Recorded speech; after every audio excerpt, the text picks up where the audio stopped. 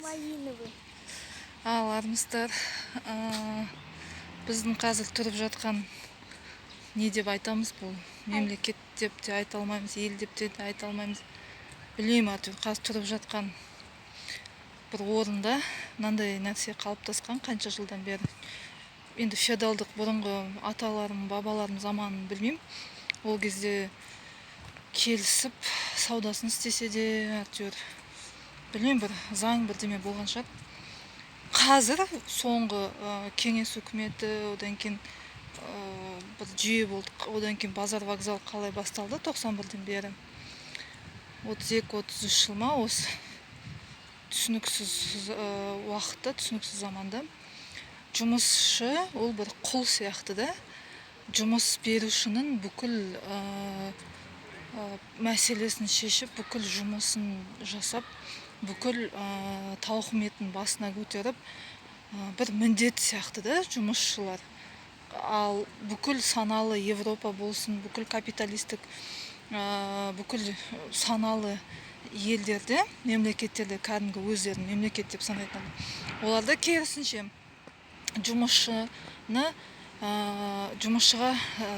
жағдай жасайды. Жұмысшының қандай да бір құқығы бар. Жұмысшыға керемет сондай орын, сағатына ақша төлейді, денсаулығына, демалуына, болмаса бір білмеймін, әйтеуір бүкіл жағдайды жасап қойған да. Тек менің затымды кеп сатып берші, тек менің жұмысымды жасап берші, саған бүкіл жағдайды, бүкіл сенің еңе ыңғайлы нәрселердің бәрін саған жасап берем деп, олар мысалға жүгіреді жұмыс беруші. Ал бізде керісінше, мен саған жұмыс бердім, мен саған төлеп жатырмын деп міндет санап, өздерін бір жаңағыдай құдайдай, болмаса өздерін жаңағыдай пан санайды.